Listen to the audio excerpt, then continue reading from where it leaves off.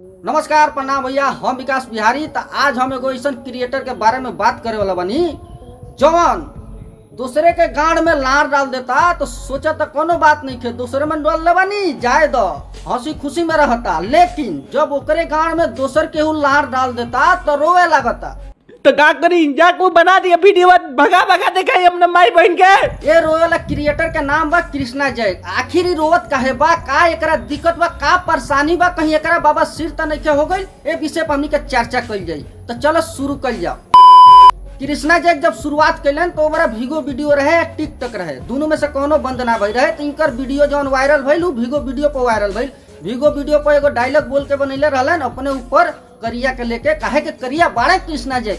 अब करिया आदमी पर टिप्पणी ना करी कि विकास बिहारिया करिया करिया बोला। तो देखा हम जाना तनी करिया आदमी दिल के बहुत साफ होलन हथियार। अब देखा करिया हमार लंडवा, लेकिन क्यों गलत कमेंट ना करी। इनकर वो डायलॉग देखल जाओ। ए जी एगो शायरी सुनाई ना। हमरा तो अइबे न करेला। ए सुभाष एगो शायरी सुनाओ। नहाए के बाद बीच दोरिया में नहा, हिवरिया में का रखल बा? प्यार करे के बाद तो हमरा बारे में फेंक हमरा से करो, एक कोरिया में का रखल बा? अब तो हम लोग के वीडियो देख के लागत हो कि कृष्णा भाई का वो बेरा कॉमेडी कितना बढ़िया करत रहलन, कितना बढ़िया कॉमेडियन रहलन। वो बेरा रहलन ए बेरा के डेट में ना। ए बेरा इनकर आसो पास के ना हवा नहीं चल रहल। काहे कि ए बेरा कॉमेडियन ना डांसर बन चुकल बड़न, सिंगर बन चुकल बड़ा नंदिनी आर्या के लेके। खैर इनकर गायकी यो देखल जाओ। जाके दूसरा डाके साथ हमसे कोई बढ़ेगा, अब वो परेशान है ते उड़र जो भाग भसड़ी जाके मोर जो नहर में। सच बताई तो इनकर जौन गाना आवेला सुन के हमार दिल गार्डन गार्डन हो जाला। भाग भोसड़ी जाके मर जो नहर में। एकर बहिन चोदेगो तो बिहार में नहर समझ में नहीं आवत। कहीं नहर देख जा तो आधा से नहर के रास्ता गायब बा, अहे पीछे जाता कर बहिन चोदो पोरसा बर खाई बा। तो खैर गाना में कुछ बोलल जा सकता। काहे के एबरा के डेट में दुई एगो वीडियो चल रहल बा। गाना में एगो सैड सॉन्ग और दूजे रंगदारी, पैंट फाटल रही रंगदारी हो जाए तेरी में। हाले 500,000 देके सूट ले मरे, तोरा जैसन खूबसूरत ही पमुत दे मरे।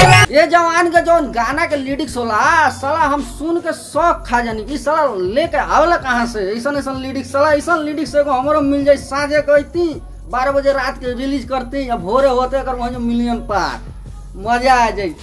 मतलब खूबसूरती पर मुत दे बारे कर वहीं खूबसूरती पर मुत तरह चल ठीक बा, लेकिन अपना मुँह पर काहे मुत गिराव तरे कर वहीं जब।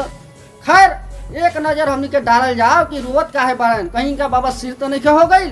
आव कहीं न कहीं लग रहा है कि हमारे भाई हमसे नाराज हैं, जिसके वजह से हम रो रहे हैं और अपने कैरियर के परवाह कैले बिना हमने वजह में इंटरटेन करा होता नहीं कि हमारे कैरियर कमला दिशा में जाई।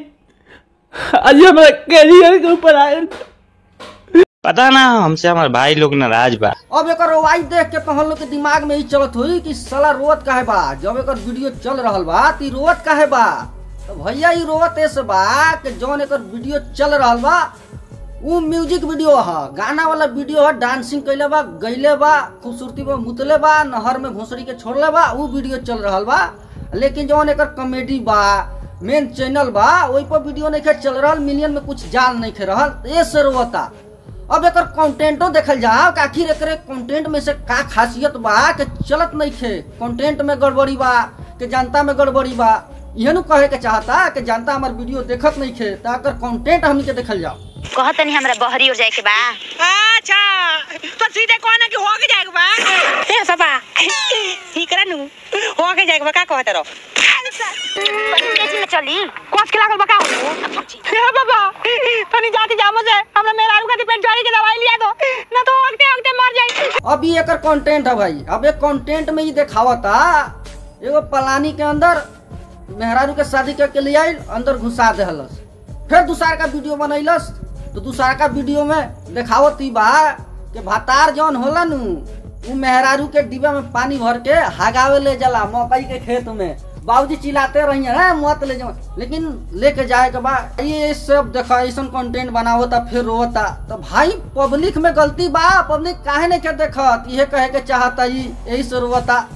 तो भाई हम जौन कहनिया बात साफ बा। देखो जब वीडियो कर चलेला ओबरा हंसी खुशी में रहता, गाड़ी किनता, घर बनावता, ओबरा तो पब्लिक से कहे नहीं क्या कि भैया हम हई कहनिया हऊ कहनिया। लेकिन जब पब्लिक नहीं के देखत रोए लागता। उहे बात बा कि दूसरे के गाड़ में लाट डालता तो हंसी खुशी से रहता, कोनो बात नहीं के जाए तो दूसरा में डलने बनी। लेकिन जब एकरे गाड़ में दूसर के डाल देता रोवे लागता। कृष्णा जैक ये अपना टैलेंट के दम पर व्यू लेके आवला, तुरंत दूगो मीडिया लेके आई आ कोई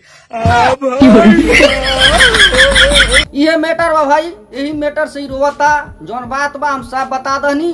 तो हम लोग के वीडियो अच्छा लगल लाइक कर लो, सब्सक्राइब कर लो, तनी सपोर्ट कर लो। 1-1.5 लाख हमरो फॉलोअर सब्सक्राइबर बढ़स ताकि एकर बहन चोत हल्का मचावल जाओ।